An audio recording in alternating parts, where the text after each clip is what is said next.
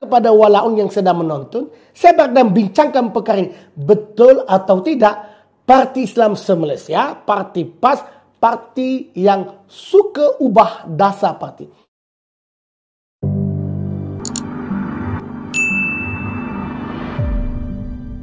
Assalamualaikum warahmatullahi wabarakatuh. Terima kasih kerana masih menonton di channel YouTube Ambo Jamin Hassan, YouTuber rakyat. Pada yang baru masuk, Ambo Jamin Hassan, jangan lupa tekan subscribe dan sebarkan video Ambo ini insyaAllah.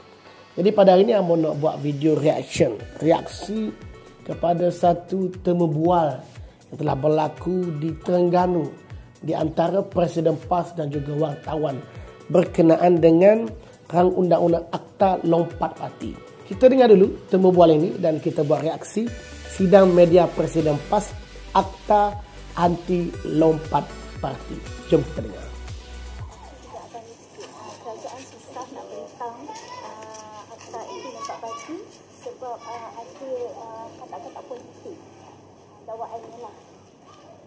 Kita menghadapi sejak tahun 59. Mereka ni baru lagi politik. Menghadapi lompat parti ni tahun 59 di Kelantan, di Terengganu.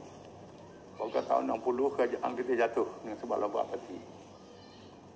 Kita bukan baru dan kita tangani masalah ni dah lama. Dengan sebab itu PAS sebut dalam bai'ah sumpah dia, mana-mana wakil rakyat yang lompat parti wajib letak jawatan. Kalau tak letak jawatan dia laknat oleh Allah. Ini bermakna Khairuddin At-Takiri, yakni mantan Setiausaha Dewan Ulama PAS, keluar daripada PAS dan tak letak jawatan, mana beliau juga dilaknat. Kalau itulah yang dikatakan oleh Presiden PAS. Laknat oleh semua yang melaknat. Itu ada dalam bai'ah kita sebut. Kita dah ikat, kita dalam menghadapi masalah ini. Dan memang undang-undang ini perlu kepada penelitian. Tak perlu gapuh.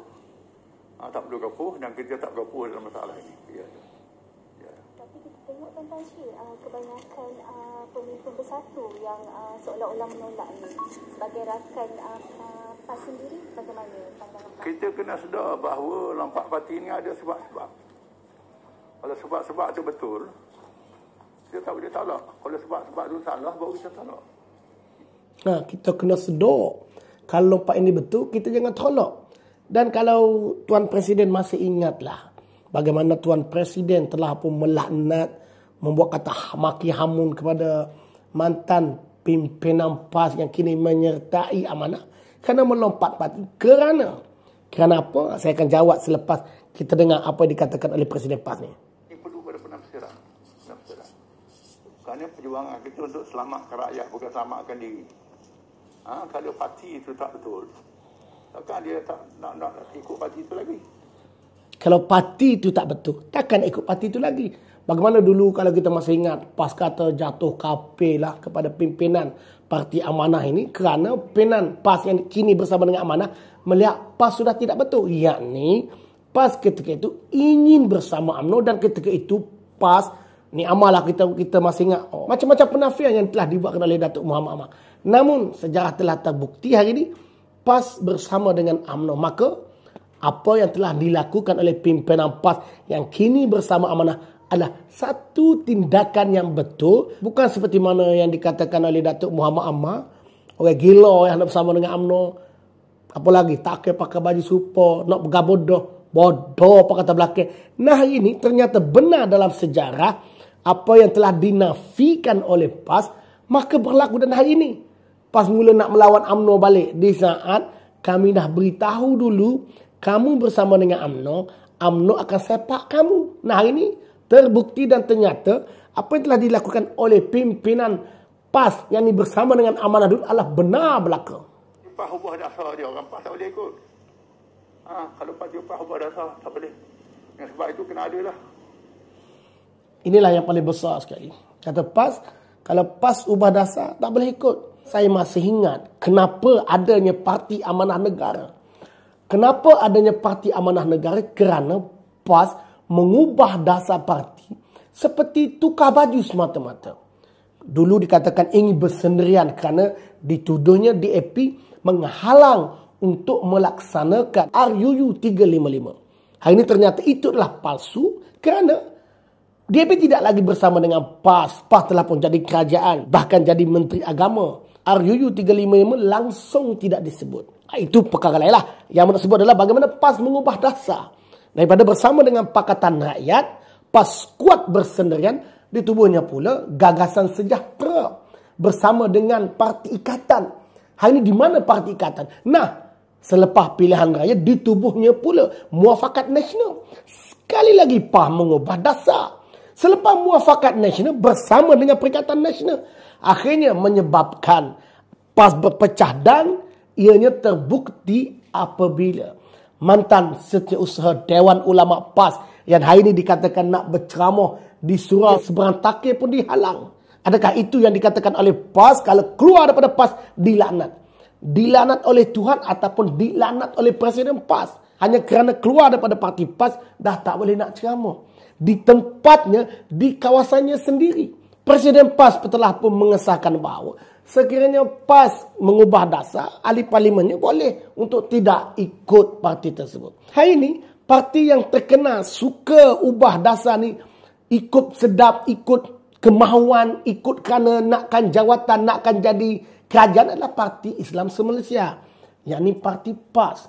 Jadi, adakah kerana itu Parti Islam Se-Malaysia kelihatan takut dengan akta lompat parti ini? Maka kepada Presiden PAS dan juga ahli-ahli pada pimpinan PAS, dengarkanlah, bukan dengarkanlah di sepanjang malam ni, dengar nyamun royak. Parti kamu, parti yang paling kuat, ubah dasar, mengikut cita rasa kamu. Kalau kamu rasa parti ini betul, kamu akan buat blok baru. Dulu dah ada Pakatan Rakyat, Gagasan Sejahtera, Muafakat Nasional, Perpaduan Ummah. Hari ini Perikatan Nasional. Parti sebeginilah yang kononnya nak jadi kingmaker lah, yang tidak menghormati demokrasi dan yang terima kata-kata melompat ini, yang sepatutnya bersetuju dengan anti lompat parti. Seperti mana yang kita pernah ingat bagaimana peristiwa PAS di Perak dulu. Menangan kepada Menteri Besar baru ni bukan melalui pilihan raya, tapi melalui kita panggil rampasan kuasa. Dan rampasan kuasa ni tak nampak sangat daripada kehendak orang yang melompat. Kerana waktu mula-mula dulu dihadir bersama oleh ketua parti. Nampak sangat ada unsur, sama ada unsur rasuah ke, sama ada unsur paksaan ke, ataupun unsur tekanan apa tertentu. Jadi oleh yang demikian, saya minta daripada rakyat protes dengan cara, walaupun tidak dengan cara demonstrasi, tapi protes dengan cara benci.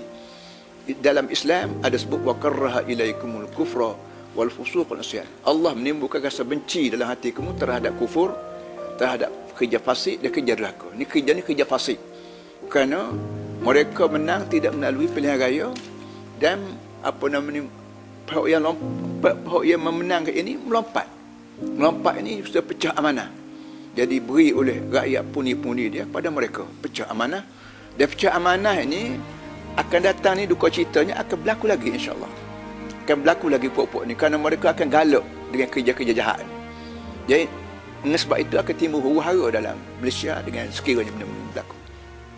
Mungkin kerana PAS sudah pun terlibat dengan kerajaan Pitu Belakang, akhirnya PAS tidak lagi berminat dengan anti lompat parti. Dan saya ingin tegaskan sekali lagi, parti yang terkenal dengan U-turn, parti yang terkenal dengan tidak ikut dasar, parti yang terkenal mengubah dasar ini adalah Parti Islam Se-Malaysia. Boleh lihat buktinya melalui sejarah, ada videonya. Kita boleh dengar siri-siri ceramah Datuk Muhammad Ahmad satu ketika dulu. Orang sebab kita hidup kampung ni.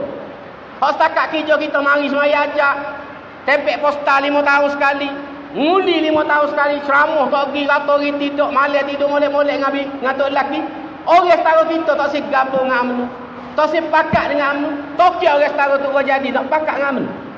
Sebab tu hamba tak diterima langsung orang duk tuduh kosek-kosek kata huduh ni. Orang ni kalau hamba ikut hati, hamba kita tapas sore-sore. Kalau ikut hati, hamba pergi cari makan tapak kat hamba, tak ada kau lain. Banyak lagi ceramah-ceramah. Termasuk dulu pengak pisai, pengak tahi. Akhirnya PAS bersama dengan UMNO. Tak lama juga PAS bersama dengan UMNO. Mungkin kerana habuan ataupun tawaran Perikatan Nasional lebih besar bersama pula Perikatan Nasional. Maka paslah parti yang paling suka ubah dasar mengikut cita rasa presidennya, bukan kerana partinya. Bila ada keputusan, kita walak, kita samikna watona dengan presiden. Yang kononnya dulu ada telepon ajak yang boleh lihat parti politik PAS takkan rugi. Nah hari ini, kenapa kamu bergaduh dengan UMNO? Yang kamu kata dulu ada teropong. Maka kita perlukan satu sistem undang-undang yang ni anti lompat parti, supaya langkah Sheraton peristiwa Perak dahulu tidak berlaku lagi. Kita haruslah menghormati undi-undi rakyat. Kepada rakyat, lihatlah bagaimana Parti Islam se-Malaysia bila dah jadi kerajaan. Diharap kepada walaun yang sedang menonton, saya bakal bincangkan perkara ini. Betul atau tidak, Parti Islam se-Malaysia, Parti PAS, parti yang suka ubah dasar parti. Kalau tak betul, boleh komen di bawah. Dan kalau ada yang berani, amo bersedia berhadapan dengan sesiapa saja, sama ada wacana ataupun debat, untuk diadakan atas tajuk PAS, parti yang suka ubah dasar mengikut cita rasa Presiden Parti Islam se-Malaysia, yakni Parti PAS.